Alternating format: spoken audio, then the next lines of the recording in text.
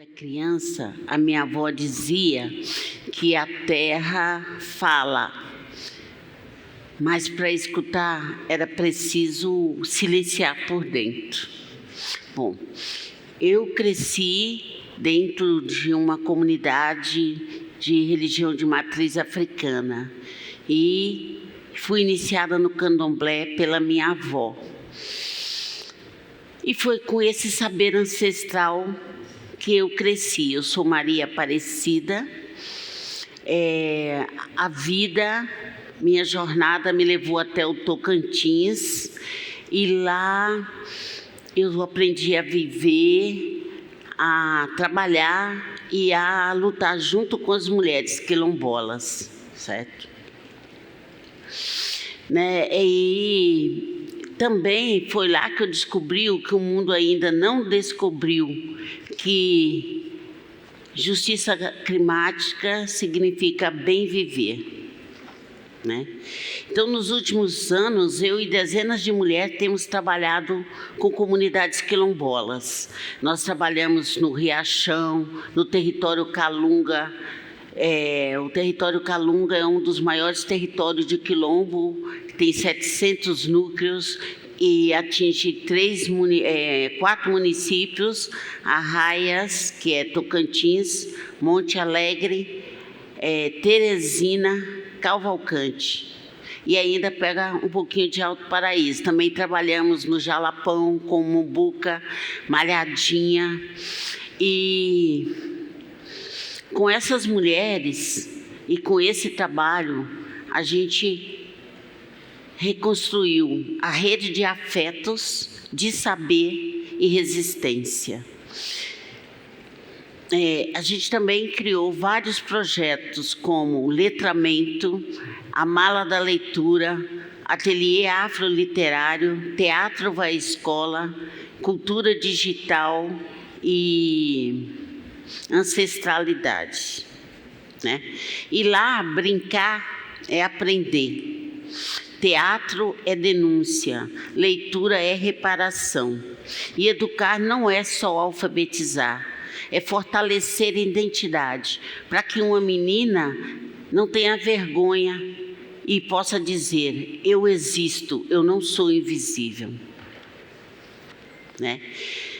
Mas a gente não parou por aí, né? Porque como é que você vai para a escola com cólica, sem absorvente e sem banheiro na escola? Então, a gente resolveu fazer uma campanha para a saúde menstrual. E nisso nós fizemos diagnóstico com 13 municípios e descobrimos que essas escolas não tinham, muitas escolas quilombolas foram fechadas, outras não tinham banheiro, e mesmo nas periferias dos municípios mais pobres que nós fomos, né? A gente descobriu que até às vezes, na carência de absorventes, essa menina não ia na escola, ou muitas vezes lá que ela descobria que ficou menstruada, usava folha, etc. Então, a gente distribuiu também kits em todas esses 13 municípios. Nós visitamos, a gente fez uma grande campanha, ganhamos muito, e entregamos e fizemos também para cada escola uma caixinha para ter absorvente para que essas meninas, que muitas também nem conheciam, né? E aí a gente ficou pensando: escola não precisa só de livro. Escola precisa de luz, escola precisa de água, escola precisa de banheiros, e a escola não precisa ser um lugar de acolhimento e não de abandono, né? E também uma coisa muito séria é coleta de lixo. né?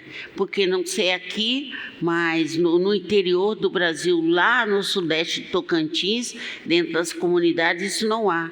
E também é preciso que vá fazer isso na escola, porque a comunidade vai para a cidade, aprende a usar fralda descartável, que não é uma realidade nossa, aprende a usar, tomar Coca-Cola, que também não é uma realidade, e isso se torna um lixo. Mesmo quando compra um fogão, né? Vê fogão a gás, acha bonito, compra, depois fica velho, joga lá. E então, nós precisamos que haja uma coleta, né? E a gente precisa que a escola seja um lugar de futuro, para que essas meninas não sintam vontade de sair das suas comunidades, né?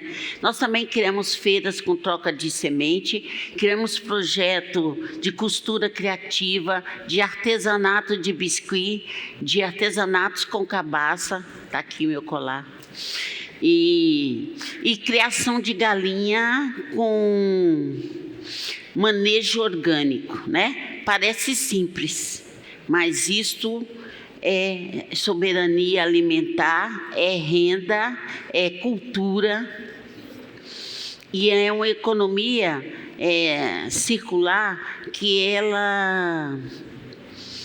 Isso é nervoso. Que ela é feita pelas mulheres como se fosse a sua própria vida, né? Cada encontro da gente, que a gente acompanha o crescimento daqueles bichinhos, né? E que usa, quando limpa o galinheiro, vai fazer hortas orgânicas, né? Então, as mulheres, elas que trabalham com criação de galinha, com agricultura, elas cuidam como se fosse o seu próprio corpo, né? E cada uma dessas mulheres é guardiã do território e também é agente de transformação, porque elas não estão só plantando, elas não estão só costurando, né? Elas estão gritando com a força do silêncio ancestral, que sustentabilidade não se mede por carbono, né? Até todo dia a gente nem sabia o que era isso, mas se mete com afeto, pertencimento em justiça. A criação de galinha sustentável, por exemplo, não é só de ovos, é mostrar para a jovem que é autonomia, que é liberdade financeira e que, fazendo todo o serviço, ela não precisa deixar de ser quem ela é e que ela não precisa também sair do seu território. Sem abrir mão do que essas mulheres estão dizendo, nós somos ciências, nós somos políticas e nós somos climas, né? Então, hoje, eu como professora universitária,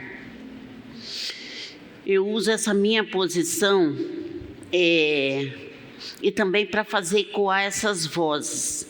Eu acesso projetos e quando sai... Eu acesso dinheiros para projeto e com isso quando sai um edital, eu acesso, escrevo o dinheiro que a gente recebe, a gente faz projeto, distribui bolsas para jovens que estudam, criamos cursinho dentro da comunidade e também para dar visibilidade, né? Cada conferência dessa, é a primeira vez que eu participo de uma coisa assim tão grande, é como furar uma bolha, né? E enquanto o mundo debate o futuro, essas mulheres já estão construindo, né? Todos os dias, com sementes, com cantigas e com esculturas de cabaças, né? Então, a gente percebeu que sustentabilidade não é só prática ambiental, é bem viver e é um futuro possível, né? Então, eu quero que vocês saiam daqui enxergando a natureza como parte de vocês. Alguém aqui falou sobre o rio, que nós somos rios, nós somos terra, assim como assim, nós somos parte da terra e a terra é parte de nós. E eu quero também que vocês reconheçam que as quilombolas me ensinaram, e tem muito a ensinar, né? Elas me ensinaram como cuidar da terra, não por obrigação, mas por amor.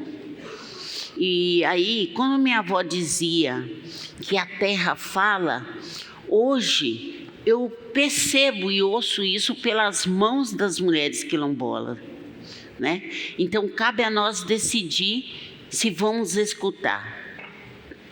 Essa.